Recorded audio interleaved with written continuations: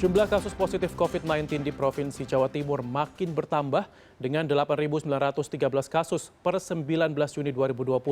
Kota Surabaya masih menjadi penyumbang kasus positif terbanyak dengan lebih dari 4.300 orang per 19 Juni 2020. Lonjakan kasus positif COVID-19 di Kota Surabaya justru terjadi setelah penghentian masa pembatasan sosial berskala besar PSBB sejak 1 pekan terakhir. Dengan jumlah lebih dari 4.300 orang per 19 Juni 2020, angka kasus positif di Surabaya hampir separuh dari total kasus positif di Provinsi Jawa Timur. Wali Kota Surabaya Tri Risma hari ini mengatakan satu di antara penyebab lonjakan kasus positif di Surabaya karena gencarnya tes rapid massal di kampung-kampung di Surabaya.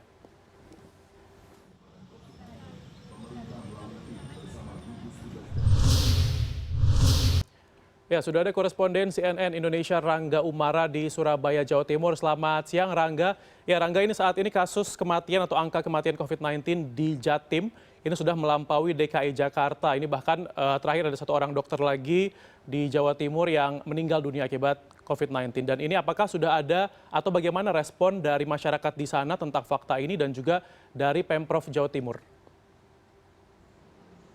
Ya, selamat siang Rifki. Rifki, memang jumlah kematian yang terjadi di Jawa Timur, jumlah kematiannya memang sudah melewati kota Jakarta. Tetapi ini bukan kali pertama saja. Pada 20 Mei yang lalu jumlah kematian di Provinsi Jawa Timur akibat COVID-19 ini juga sudah melampaui kota Jakarta. Artinya memang fluktuatif dan bagi masyarakat Jawa Timur khususnya ini memang menjadi hal yang cukup mengkhawatirkan. Lebih lagi kemudian bahwa ada sejumlah tenaga medis yang kemudian juga menjadi korban dari faktor COVID-19 ini. Nah, gugus tugas penanganan COVID-19 di Jawa Timur ini menyebut bahwa memang lonjakan memang terjadi di beberapa kota-kota besar. Salah satu yang terbanyak adalah di kota Surabaya. Nah, bagaimana kemudian tingkat mortality rate ini, tingkat kematian ini kemudian bisa ditekan sebenarnya adalah bagaimana persoalan dari ketersediaan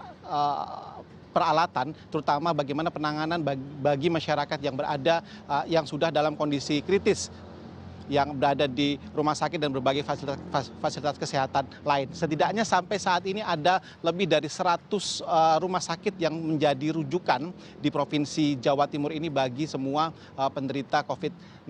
Nah, ini jumlahnya sudah bertambah bahkan dalam beberapa minggu belakangan. Karena pertama kali saat diumumkan jumlahnya hanya mencapai 85 fasilitas kesehatan berupa rumah sakit yang menjadi rujukan. Tetapi saat ini sudah bertambah menjadi 100 lebih rumah sakit. Nah, ini kita bisa kritisi bahwa penambahan ini sebenarnya apakah dari semua rumah sakit ini sudah memenuhi berbagai macam standar yang bisa dilekatkan.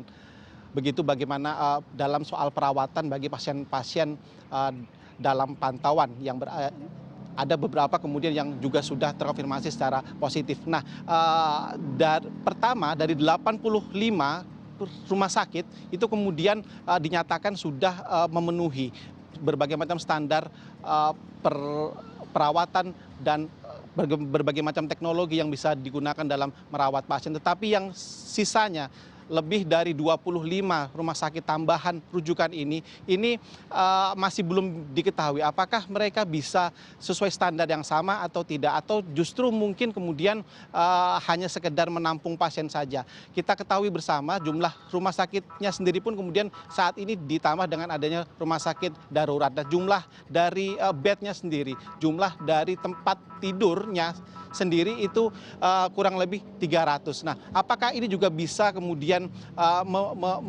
menangani atau bisa menjadi hal yang optimal begitu bagi penanganan jumlah penderita COVID-19 yang di Jawa Timur ini semakin melonjak. Nah, lonjakan itu sendiri seperti tadi saya katakan Rifki, adalah beberapa kabupaten termasuk di kota Surabaya yang memiliki lonjakan penderita COVID-19 yang cukup masif dalam beberapa pekan terakhir ini. Lonjakannya dalam kurang lebih 1 minggu atau 10 hari ini bisa mencapai 120 sampai 150 orang lonjakan per pasien positif terkonfirmasi COVID-19 setiap hari. Nah, ada beberapa hal begitu di mana lonjakan itu bisa terjadi. Ada sudah menyebutkan tadi adanya tes massal, tes rapid massal yang diselenggarakan oleh pemerintah Kota Surabaya yang dibantu oleh beberapa instansi. Salah satunya adalah yang dibantu oleh BIN, Badan Intelijen Nasional. Hari ini genap 20 hari BIN melakukan pekerjaannya di Surabaya dalam melakukan tes rapid massal. Tetapi kemarin pada 19 Juni kemarin saat melakukan konferensi pers, BIN menyatakan selama 19 hari saja melakukan tes rapid massal ada kurang lebih 28.000 masyarakat Surabaya yang sudah mereka lakukan tes rapid massal. Dari jumlah itu sebanyak 1.300 diantaranya, 1.300 masyarakat di Surabaya itu kemudian diketahui positif berdasarkan hasil PCR atau swab test. Nah, kita bisa bayangkan hanya dalam waktu 19 hari saja sudah ada 1.300 masyarakat yang kemudian diketahui terkonfirmasi positif COVID-19. Ini menunjukkan bahwa memang besar sekali potensi penularan, penyebaran COVID-19 khususnya di kota Surabaya ini yang menjadi epicentrum, bahkan sampai sekarang masih menjadi epicentrum atau pusat bagi penyebaran COVID-19 di Provinsi Jawa Timur. Jumlahnya hampir separuh dari total kurang lebih 8.900-an pasien positif COVID-19 konfirmasi di Jawa Timur. Nah, persoalan yang kedua adalah bagaimana rendahnya tingkat kedisiplinan dari masyarakat Jawa Timur. Ini sudah banyak yang mengatakan, Rifki. Salah satunya adalah hasil penelitian dari program studi ilmu kesehatan masyarakat UNER yang menyebut pada masa PSBB saja, pada masa PSBB sekitar 2 minggu atau 1 minggu kemarin, belum masuk ke masa new normal seperti sekarang ini. Pada masa PSBB, Fakultas Ilmu Kesehatan Masyarakat UNER mencatat ada 42% masyarakat di sekitar pasar, yaitu penjual, kemudian pembeli, masyarakat yang sekitar PKL dan sebagainya, itu tidak mematuhi protokol kesehatan. 42% masyarakat yang beraktivitas di pasar-pasar tradisional pada masa PSBB tidak memakai masker, tidak menjaga jarak, dan kalaupun memakai masker itu kemudian tidak dipasang secara benar atau sesuai dengan protokol kesehatan. Pada masa PSBB ada 42% masyarakat yang tidak patuh di pasar, yang tidak patuh dengan protokol kesehatan. Kita bisa berlogika bahwa jika pada masa PSBB dengan aturannya lebih ketat, dengan protokol yang lebih ketat, sudah ada 42%. Bagaimana dengan pada masa penerapan new normal ini dengan peraturan yang lebih longgar dan aktivitas yang lebih dilonggarkan lagi? Ketidakdisiplinan ini juga kemudian ditunjang oleh lembeknya atau lemahnya peraturan. Pakar epidemiolog dari Universitas Airlangga, Windu Purnomo menyebut salah satu faktor yang kemudian menyebabkan masyarakat menjadi tidak disiplin dan kemudian menambah jumlah penambahan jumlah kasus COVID-19 di Surabaya adalah lembeknya peraturan. Perwali Surabaya, Peraturan Wali Kota Surabaya nomor 28 tahun 2020 sebagai payung hukum dari pemberlakuan new normal dan mentiadakan PSBB itu dianggap Windu Purnomo sebagai peraturan yang tidak tegas. Ketidaktegasan itu terlihat tidak adanya sanksi berupa denda bagi para pelanggar, baik itu perorangan, badan usaha atau tempat usaha. Yang ada sanksinya hanya teguran lisan, teguran tertulis, pencabutan KTP, pembubaran sampai kemudian pengevaluasian tempat usaha.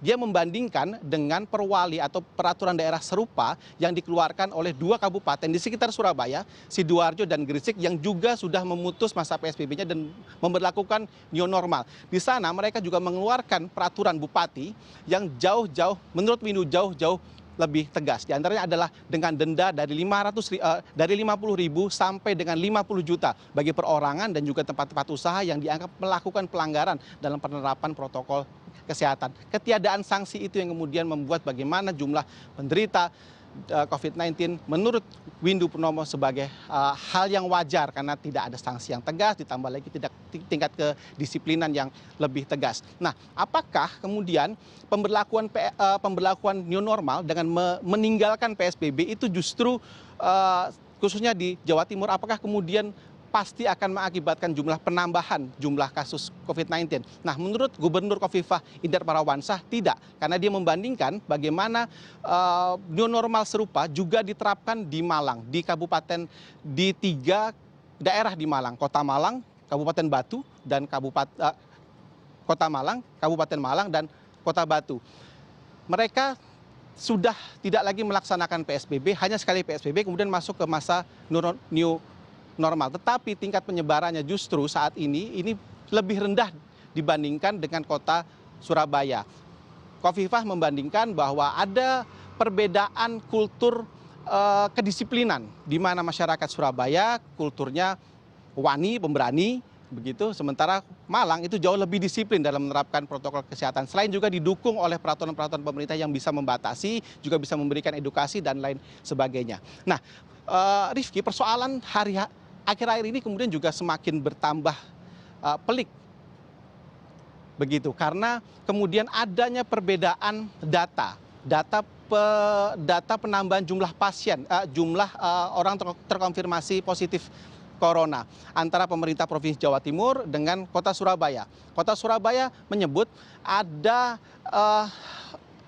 selisih yang cukup besar antara hasil publikasi berupa penambahan jumlah kasus positif corona yang dikeluarkan oleh pemerintah Provinsi Jawa Timur yang menyebutkan beberapa kota termasuk kota Surabaya, tapi ternyata jumlahnya tidak sebanyak apa yang disampaikan tersebut. Misalnya pemerintah kota Surabaya menyebut beberapa hari lalu pemerintah Provinsi Jawa Timur menyebut penambahan jumlah kasus positif corona di Jawa Timur itu ada 200 orang. Tetapi mereka menyatakan setelah dilakukan tracing, setelah dilakukan pengecekan by address, by name ke alamat yang kemudian dimaksud, ternyata jumlahnya hanya 100. Ada lagi kasus di mana disebut 150 orang terkonfirmasi di kota Surabaya. Tetapi pemerintah kota Surabaya setelah melakukan tracing, pengecekan ke lokasi yang bersangkutan ternyata hanya 50 orang saja. Nah, data ini yang menurut Pemkot Surabaya akhirnya membuat jumlah penderita atau jumlah publikasi penderita kasus positif di Surabaya menjadi menggelembung, pada jumlahnya tidak. Nah, Rifki, perlu Anda ketahui bahwa alur dalam penyampaian publikasi tentang penambahan jumlah per hari bagi penderita ataupun kasus positif corona itu adalah pertama berawal dari laboratorium, baik laboratorium yang secara mandiri menyelenggarakan tes ataupun laboratorium di tingkat rumah sakit. Setelah itu datanya dikumpulkan dan dikirimkan ke Kementerian Kesehatan dalam bentuk sebuah atau lewat aplikasi. Nah, data-data itu dari Kementerian Kesehatan kemudian diturunkan lagi ke Pemprov dan oleh Pemprov disebarkan tiap hari, biasanya sore, untuk menyebut bagaimana penambahan. Nah, hal ini kemudian dibantah oleh pemerintah Provinsi Jawa Timur yang mengatakan justru apa yang mereka sampaikan sudah sesuai. Mereka mendapatkan data itu sudah sesuai dengan hasil entry yang disampaikan oleh pemerintah pemerintah kota termasuk kota Surabaya sendiri. Mereka mendapatkan data-data itu dari Departemen Kesehatan yang sudah melakukan pengecekan dari data-data yang dikumpulkan oleh pemerintah tiap-tiap kabupaten kota. Nah, ini kemudian berbagai macam polemik ini tentunya harus segera diselesaikan. Jangan sampai hanya ramai di tingkat media, tapi kemudian justru menjadi persoalan politik, bukan persoalan yang bagaimana membahas persoalan COVID-19 ini dan berorientasi kepada kesehatan masyarakat dan perlindungan masyarakat. Rifki. Ya, baik, Rangga Umara melaporkan langsung dari Surabaya, Jawa Timur. Terima kasih atas laporan Anda dan selamat kembali bertugas.